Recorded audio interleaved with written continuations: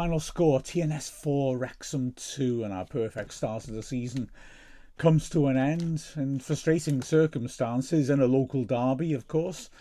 And I can't help thinking, what a shame that we could have put 6 points between us and TNS, who, like us, have clearly got high ambitions for this season. But it just didn't go our way in this match at all, and huge credit to TNS the way they went about matters. They had to make a couple of changes to their team. We made changes to our shape, and ultimately they were the team that looked much better. I have to say, though, we made enough chances to score a few goals, but they opened us up with ease at times. They scored, sort of 3 goals in the first half and looked like they could have scored more. And yeah, I think we've got to be very disappointed with the way that match went, and especially the first half. So we switched our formation and went to 4 at the back, and TNS immediately were putting us under pressure. They were very organised without the ball. They were putting us under pressure in our own half, laying little traps, and they did it really well. And our passing just felt a little bit forced at times. We kept trying to make things happen. We were a little less patient on the ball, perhaps. And all of this added up to a pretty catastrophic start to the match, in all honesty.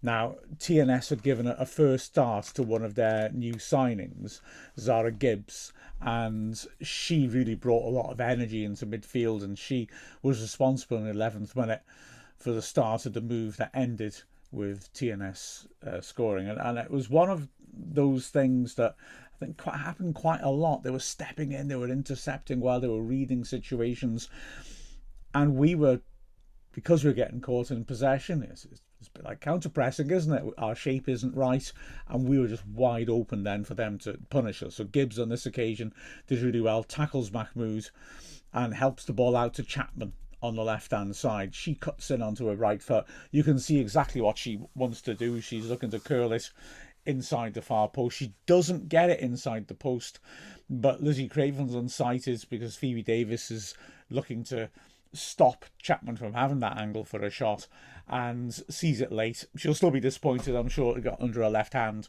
But yeah, Wrexham conceded a goal which was sort of in keeping with the way we'd started the game, where we'd looked uncomfortable and it looked like we were going to get caught out. Within a minute, it could have been 2, a long clearance through the middle. The ball carried really well by Tia this time as she broke down to the left-hand side. She pulls it back into the goal mouth. It takes a double ricochet and drops beautifully for Leah Lewis. I was saying at the time I thought she looked well offside. That double ricochet had deceived me. She was certainly not offside. 6 yards out, simple finish. Great save by Lizzie Craven, because Lewis doesn't hit it straight at her. She puts it across her, and Craven, with a big left foot at full stretch, does superbly to stop it being 2-0. But it does become 2-0 because we're still struggling to get out. We're still struggling to get the ball forwards to our attacking players. TNS are constantly hassling us, nicking the ball off us, and then stretching us as they get in down the channels and in behind us. And they get the second goal, beg your pardon. Felt like a third goal already. In the 17th minute. This time it's Gibbs tackling Davis and finding Chapman. And Chapman carries it through the middle. It's all too easy. We're exposed. She just feeds a nice little through ball for Tia. 1-on-1 with Craven, who has no chance, and Tia drills the ball home. We're 2-0 down, and it's really looking very, very uncomfortable indeed for us. We start to come back into the game a bit. Typically, Lily Jones, seeing that we're in crisis, really seems to roll her sleeves up and put in an extra 5%, and she starts to win winning balls in midfield herself. She starts hitting ambitious passes which find a mark, and we start to drag ourselves back into things. Nice bit of play by Mahmood feeding Jones. She helps her on to Barker, who on the edge of the crowded area turns and hits on the shot on the turn, but tops it a bit. It's too straight, and it's a comfortable enough save for Elliott. We make the next chance as well, and you start thinking, okay, we could still get into this. We're still not looking fluent, but we're battling, And Elliot has had a couple of peculiar moments as well with her release of the ball, where she's given the ball away in dangerous parts of the pitch. So we're asking some questions. On this occasion, a corner on the right-hand side looks like it's going to go out for a throw by the other corner flag. Karen Allen does brilliantly to charge across and keep it alive, and at full stretch just about hooks the ball back. Lily Jones whips in across. Bartle meets it with a good header 15 yards out towards goal, which takes deflection off the defender Baker and hits the post. The inside of the post, keeper's beaten. I know, it's so cruel. It ricochets out, and Ava Suckley has an open goal 2 yards out, but it just comes out so quickly. She gets her foot up to it, but hasn't got time to react and actually divert it goalwards, and the ball bounces away. I mean, such a huge chance, but wasn't much more she could do, to be honest. We were so unlucky not to take the lead.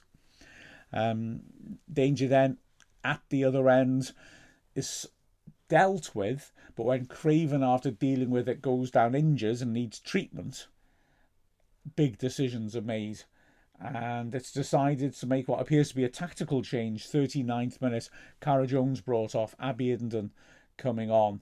Now, Jones hadn't been able to get into the game, but she wasn't the only one in terms of the attacking players, and I have a lot of sympathy for her. I mean, it's not nice to be sub before half time. Managers have to do what they feel will get the result, so I'm not criticising it, but it was a lack of service to her. I think that was the major issue for her, and a lack of performance with the team and the manager. I think rightly thinks I've got to do something here. Something's got to change. Sticks with the shape for now, but changes the personnel. In fact, Abby Iddenden does make a genuine impact. Ava Suckley shifts out to the right. Iddenden plays up front, and she really makes the ball stick and turns the game a bit in our favour with that, and her ability to carry the ball. Unfortunately for us, before we've settled in properly to take advantage of that, we are 3-0 down, and this one comes more out of the blue, but is more galling because of it, because it was just so simple, in all honesty. Frances Jones getting it there to the ball ahead of Smith, feeding it down the right to Tia. I was convinced it was offside, and the match itself, or looking at the replay, certainly isn't. Don't know where the hell I got that from. And it's just too easy. Tia's got acres of space, acres of time. Whips in the cross. Chapman is goal side of our centre-backs and has the easiest of finishes. Again, Craven totally exposed. Nothing she can do about it. And we're 3-0 down. And this is turning very ugly and frustrating. At just when we were starting to get a little bit of a foothold, we go 3 down as easily as that.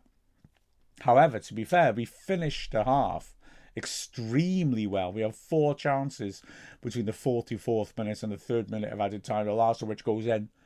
And the complexion of the game changes. Firstly, some lovely skill by Mahmood in midfield, turning, helping the ball forwards. Harrison managed to beat Suckley to it, but Suckley does ever so well to tackle her and then drills in a powerful shot, but it's too straight and Elliott's able to save it above her head. Then Elliott, like I said, poor distribution by her, gives the ball away. Barker is able to feed Mahmood, but from 18 yards out, she gets underneath the shot and puts it over. First minute of added time, it's Barker again bursting in from the right-hand side, feeds the left-hand side, feeds it into Iddenden. Iddenden turns looking to shoot, but it doesn't quite sit for him. Barker takes it from her and drills in a shot, but doesn't quite, again, get the accuracy, a bit like the last match as well. Lots of shots straight at the keeper in this game, and it's a simple save. But we do get the breakthrough in the 3rd minute of added time, and it's a good goal again. Craven with a long kick. Iddenden does superbly to win it and turn and feed Suckley. She slots Mahmood in one-on-one, and she draws Elliott and then slots it calmly underneath her. And at 3-1 at half-time, but with the momentum suddenly firmly in our favour for the first time in the game, it was an optimistic break. You're thinking this is going to be another of those crazy high-scoring games that we specialise in, both the men and the women, and we're in with a big shout of this. Just got to make sure we don't do anything daft at the restart. And that's the problem in it, because unfortunately by the 47th minute we're 3 goals behind again, and it's a disappointing goal. They actually have a chance before then where the ball is won. Good tackle by Webb on the right hand side. Tia drives down the flank, crosses the ball into the middle of the pitch. Smith retreating, it ricochets off her about 6 yards out, hits Gibbs she hasn't got time to react, and it deflects from close range just wide of the right post. It's a hell of a let off, and you think, okay, that's exactly what we wanted to avoid, that early catastrophe.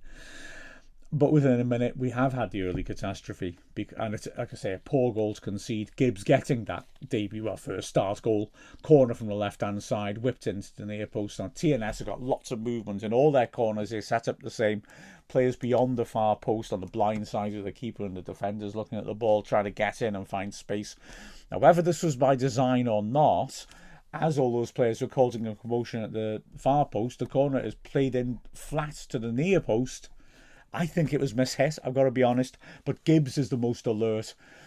Frustrating, you don't want a corner flat like that to be reaching a striker first. You want to have somebody ahead of the near post to cut things out, but we don't cut it out. And Gibbs has an easy finish. Again, Craven, no chance, totally exposed. And we're 4-1 down. Now, I've got to say, the rest of the game really belongs to us. And apart from, well, there's very little fresh really from TNS from this point onwards. But then, to be fair, you're 4-1 up. So, game management.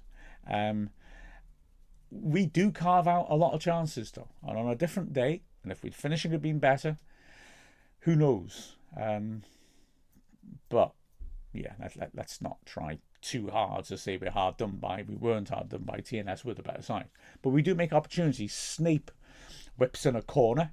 Bartle meets it 8 yards out with a header, but can't quite get on top of it to control it, and it goes wide of the left post. Then about 10 minutes into the half, a really good spell, maybe our best spell of the match, constant pressing. TNS trying to come out from the back. They just can't. We are swarming all over them. And in the end, the ball drops for Lily Jones 25 yards out. A nice patient build-up play. And she drills a hell of a shot. The keeper's beaten and it just goes wide of the top right corner, which she was aiming for. Frustration for Wrexham. Then we have 2 shouts in the space of a minute for a penalty. I don't think either of them are, although I might make a case for one of them. Firstly, Barker, brilliant run left to right, cutting in, getting into the box. It was fantastic, fast feet. She beats 3 defenders, and then a challenge comes in from Baker, and Barker goes down, and she's adamant she's been fouled. I don't think she is. It looks like a very well-timed tackle by Baker. Barker goes down a little bit after the event, so much so I wonder whether she was actually arguing that Webb had run into her and knocked her over, and it wasn't the initial challenge, it was the foul. Either way, I don't think it is. The second one, I also don't think it is, but I can make more of a case for it. It's a corner on the right. Snape puts it beyond the far post. Elliot gets underneath it and is in trouble, stretches and just about gets her fingers up to it, lunging back at her far post.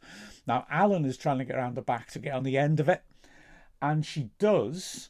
The deflection from the keeper's hands and the fact that Allen is on to dive away from goal to try and get a head onto it means she can't control the header and it goes off her for a goal kick. But she's arguing for a penalty, and I wouldn't quite put it in the you've seen them given category, but I would say that when you look at it again, I don't blame the officials for not seeing this. You can see what she's saying, because she's got 2 players marking her, and when the ball goes over like that, she tries to get beyond them, and they come together and hold her off and block her, so that by the time she gets around the back and gets ahead to it, she hasn't got a chance. You know, if those players hadn't done that, she's got around the back, and despite the touch, she'll have a clear header on goal. So I see her point. I wouldn't give a penalty, I've got to be honest. You know, where does a foul start and a block end? I think it's a legitimate block, but I see a point, and it was worth asking the question. We keep going. There's another opportunity after Riddenden. Some lovely build-up work, feeds the ball through. Barker is sprinting through, one-on-one on goal. A superb save this by Elliott as Barker hits her across. Strong hand, manages to push the ball clear. The rebound drops to Barker, who has to take a snapshot, but if she gets it right, it's a goal. And from the corner of the 6-yard box, she can't. She skies it off balance trying to hit it. We then make a couple of changes and switch to the formation we've been playing with so successfully in the first 2 games. So Neve Adams comes on for a debut for Hannah Snape, and Erin Lovett comes on for Karen Allen, and we start to shift things around.